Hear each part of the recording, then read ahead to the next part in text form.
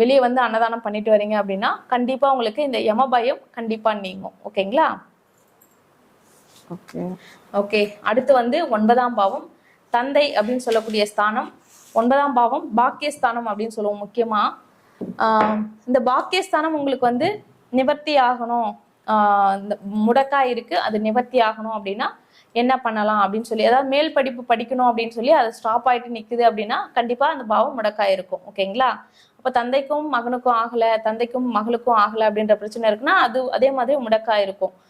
கிடைக்க வேண்டியது எல்லாமே கை கெட்டது, அது வாய் கெட்டல அப்படின்ற சூழ்நிலை இருக்கு அப்படின்னாலும் அந்த 9ஆம் பாவம் பாதிக்கப்பட்டிருக்கு அப்படின்னு தான் அர்த்தம். ஓகேங்களா? இப்போ 9ஆம் பாவம் உங்களுக்கு முடக்கா இருக்கு அப்படின்னா மேஷம் விருச்சகம் 9ஆம் பாவமா வரும்போது திருப்பரங்குன்றம் முருகர் கோவிலுக்கு நீங்க போயிட்டு வர்றது ரொம்ப ரொம்ப நல்லது. அதே மாதிரி திருமணம் சேரிக்கு நீங்க போயிட்டு வர்றதுமே நல்லது அப்படின்னு சொல்லியிருக்காங்க. ரிஷபம் துலாம் இது வந்து உங்களுக்கு 9ஆம் பாவமா வருது அப்படின்னும் போது திருமயம் கோட்டை அப்படின்னு சொல்லக்கூடிய இடத்துல சிவன் கோயில் புதுக்கோட்டை பக்கத்துல இந்த கோவிலுக்கு போயிட்டு வரும்போது இந்த 9ஆம் பாவம் சம்பந்தப்பட்ட முடக்கு எந்த தோஷங்கள் இருந்தாலும் கிளியர் ஆகும். ஓகேங்களா?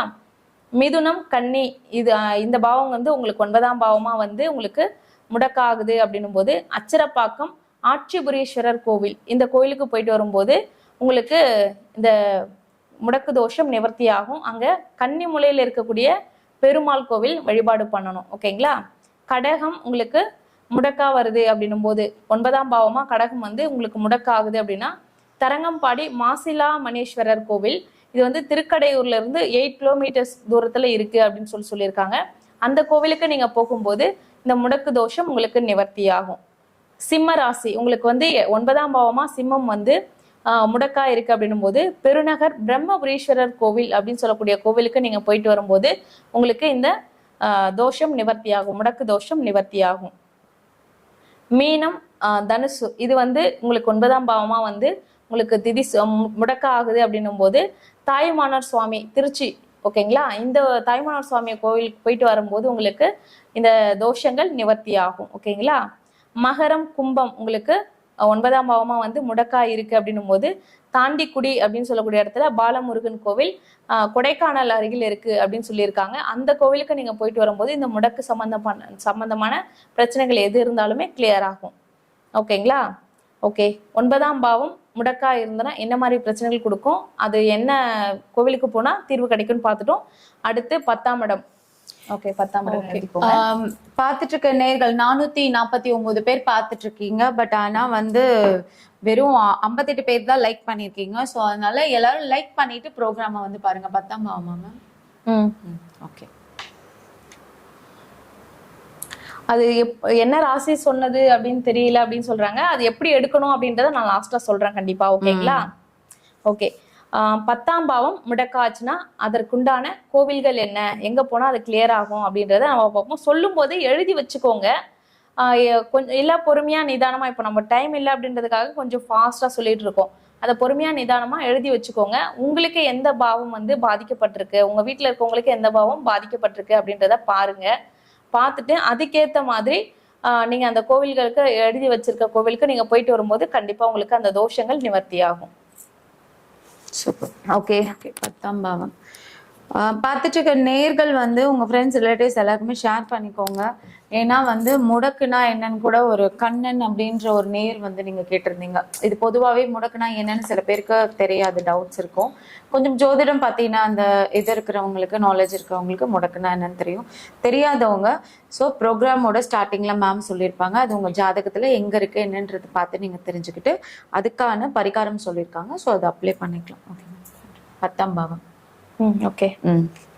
இப்போ 10ஆம் பாவம், 10ஆம் பாவம் அப்படின்றது கர்மஸ்தானம் சொல்லுவோம், தொழில் ஸ்தானம் அப்படின்னு சொல்லுவோம். முக்கியமா 10ஆம் பாவம் நமக்கு அடி வாங்கிருச்சு அப்படின்னா என்ன பிஸ்னஸ் பண்ணாலுமே பெரிய அளவுக்கு வெற்றிகள் கிடைக்காது, லாஸ் பண்ணிட்டு வர மாதிரி தான் இருக்கும். ஓகேங்களா?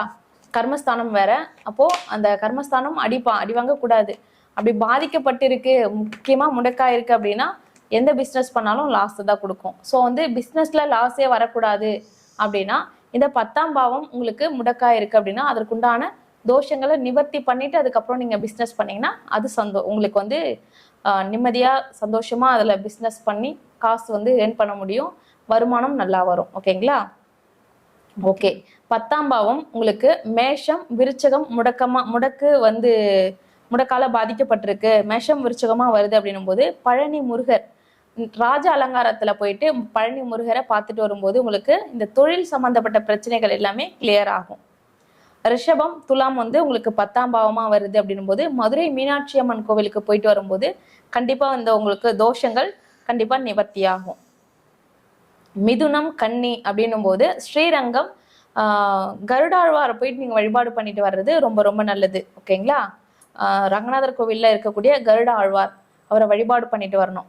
கடகம் வந்து உங்களுக்கு 10ஆம் பாவமா வருது அப்படின்னா திருச்சுழி சிவன் கோவில் அருப்புக்கோட்டை பக்கத்துல இருக்கு. இந்த திருச்சுழிக்கு போயிட்டு வரும்போது உங்களுக்கு இந்த முடக்கு தோஷம் நிவர்த்தி ஆகும். சிம்மம் உங்களுக்கு 10ஆம் பாவமா வருது அப்படின்னா திருபுவன வாசல் அப்படின்னு சொல்லக்கூடிய இடம் புதுக்கோட்டை பக்கத்துல தான் இதுவும் இருக்கு. இந்த கோவிலுக்கு நீங்க போயிட்டு வரும்போது 10ஆம் பாவம் சம்பந்தப்பட்ட பிரச்சனைகள் எல்லாமே கிளியர் ஆகும்.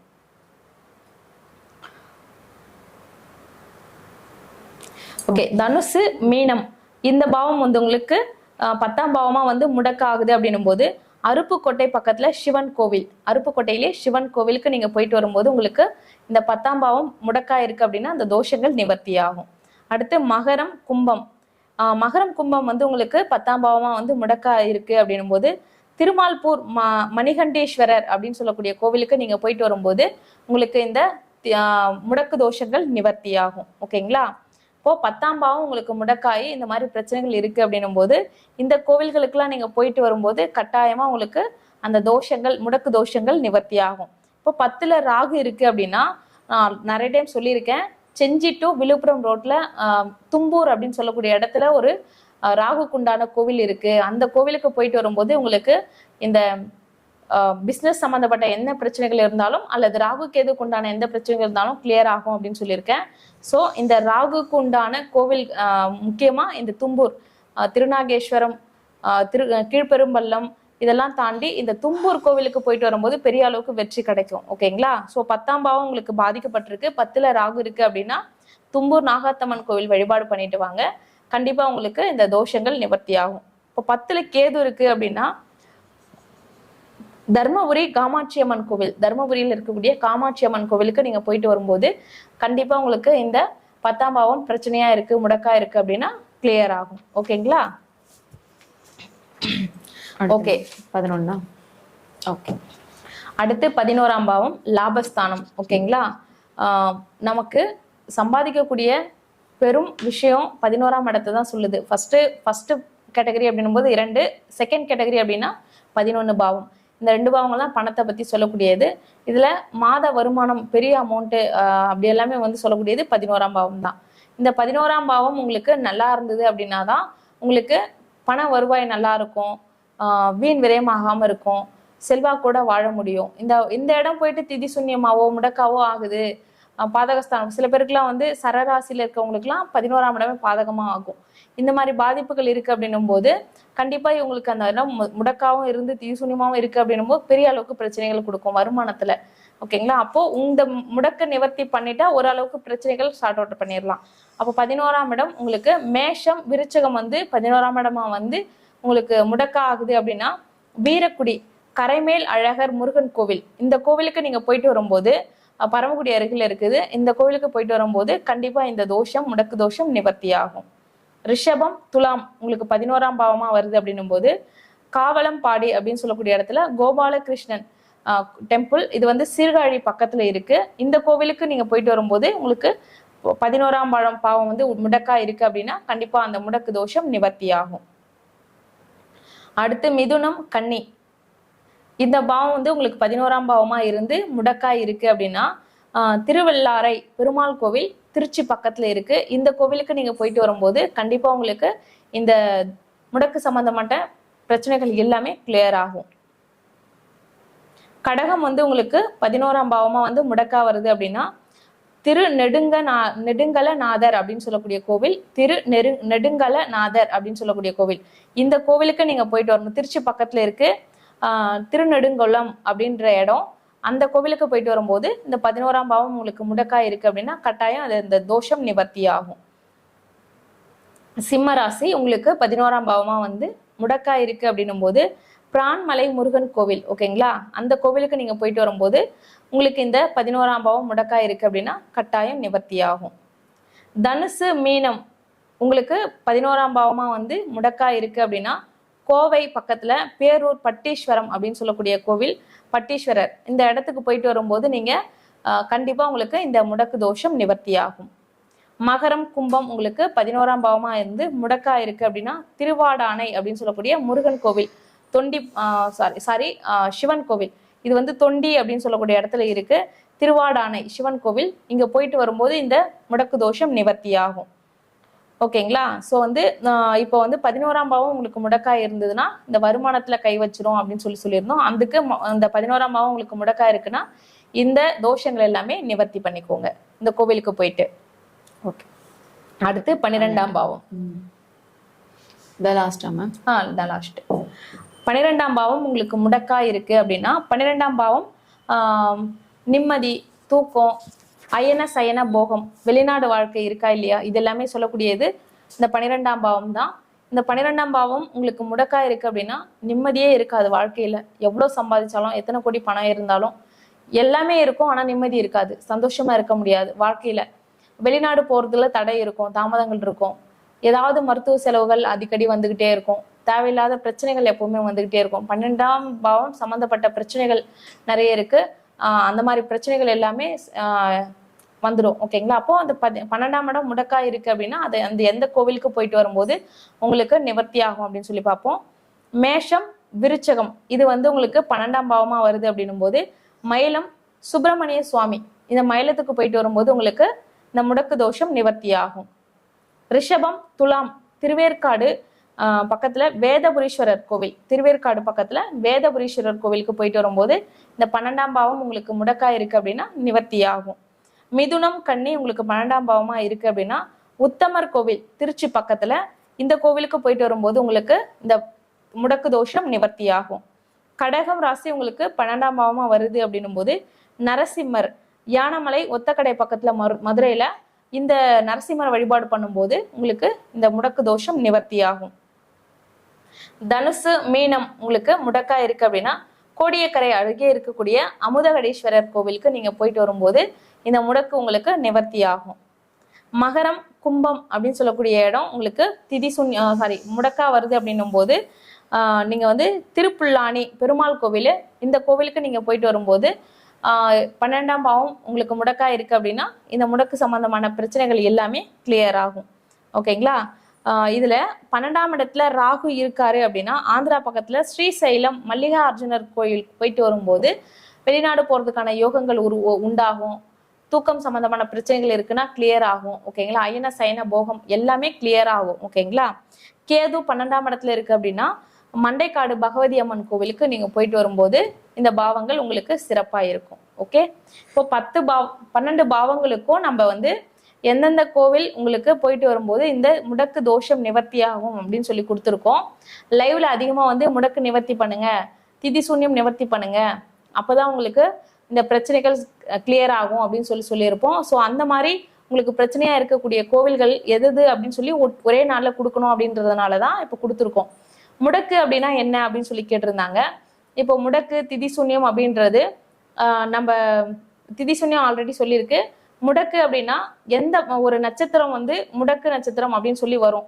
இந்த வைநாசிகம் 7வது நட்சத்திரம் நமக்கு ஆகாத நட்சத்திரம், 22வது நட்சத்திரம் ஆகாத நட்சத்திரம் அப்படின்னு சொல்லுவோம் இல்லையா? அதே மாதிரி முடக்கு நட்சத்திரம் ஆகாத நட்சத்திரம் அப்படின்னு ஒண்ணு இருக்கு. அந்த முடக்கு நட்சத்திரம் எந்த பாவத்துல வந்து அமருதோ அந்த பாவம் வந்து முடக்க ஆயிரும்.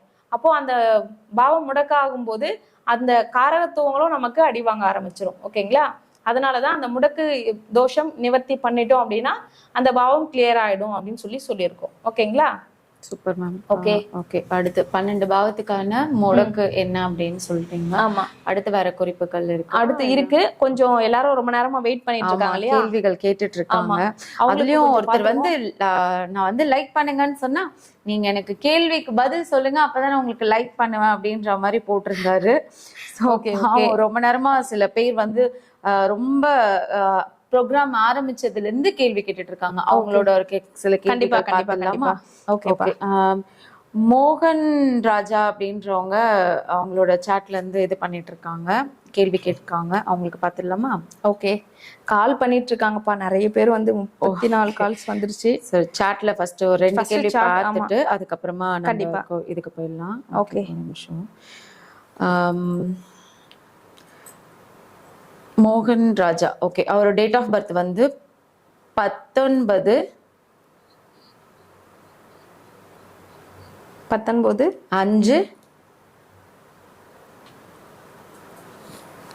ஓகே 1994. Okay, time 12:05 PM.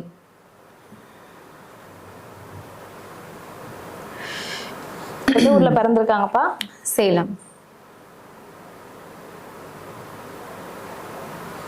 கால் பண்ணிட்டு இருக்கோங்க, கொஞ்சம் வெயிட் பண்ணுங்க.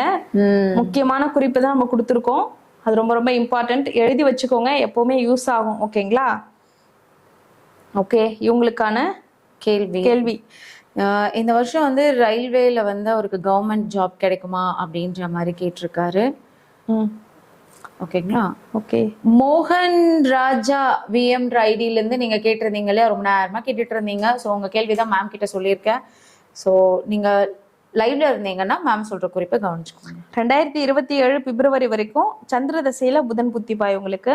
மோகன்ராஜ் இவங்களுக்கு 2க்கும் 11 கூடியவர், 10ஆம் இடத்துல இருக்காரு, சூரியன் லக்னாதிபதியோட. ஓகேங்களா? 6ஆம் அதிபதி சனி 7ல ஆட்சி. கண்டிப்பா வேலை கிடைக்கும் ஷியோரா. ஆனா நவம்பர் வரைக்கும் லக்னத்துல கேது, லக்கணம் திதி சூன்யம். பாருங்க, உங்களுக்கு தடை தாமதங்களை கொடுக்கறது இந்த முடக்கு திதி சூன்யங்கள் இருந்ததுன்னா கண்டிப்பா உங்களுக்கு இந்த தடை தாமதங்களை கொடுக்கும் அப்படின்னு சொல்லியிருந்தோம். அதே மாதிரி உங்களுக்கு இந்த முடக்கு இருக்கிறதுனாலதான் 31 வயசு 32 வயசு ஆகுது, இப்போ வரைக்கும் எந்த ஒரு முடிவுகளும் எடுக்க முடியாது, எதுலையுமே ஜெயிக்க முடியாது, தடைகள் தாமதங்களை கொடுத்துக்கிட்டே இருக்கும். ஸோ இந்த திதி சூன்யம் பாருங்க, திதி சூன்யமா இருக்கு. அந்த திதி சூன்யத்திற்கு உண்டான கோவில்கள் பரிகாரங்கள் நீ செய்யணும். அப்போ செஞ்சீங்க அப்படின்னா கண்டிப்பா உங்களுக்கு கவர்மெண்ட் வேலை உண்டு, அதுல எந்த மாற்றமும் இல்லை. ஓகேங்களா? நவமி திதியில பிறந்திருக்கீங்க, துர்கை வழிபாடு, சரஸ்வதி வழிபாடு நீங்க பண்ணிட்டு வாங்க.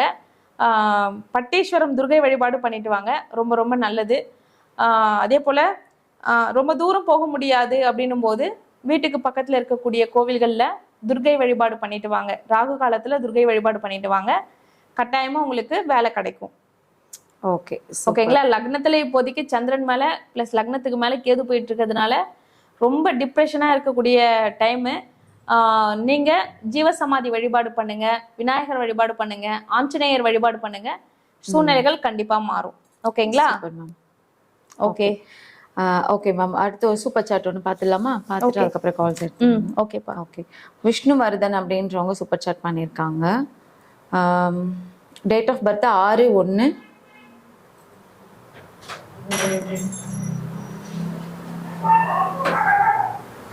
ஒரே நிமிஷம். ஓகே, விஷ்ணுவர்தன் நீங்க சூப்பர் சாட் பண்ணிருக்கீங்க. உங்களோட கேள்வி தான் வந்து மேம் கிட்ட கேட்குறேன். ஸோ நீங்க